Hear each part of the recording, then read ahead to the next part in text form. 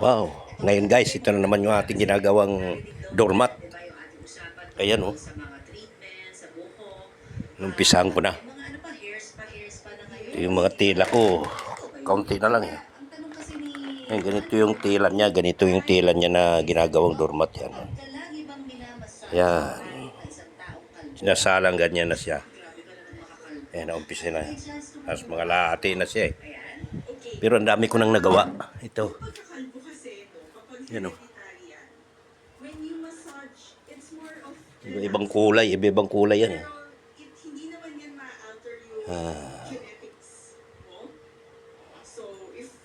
Dami na oh.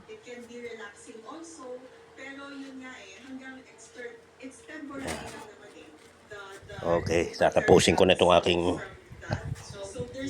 ginagawa. Mamaya naman tayo guys ha.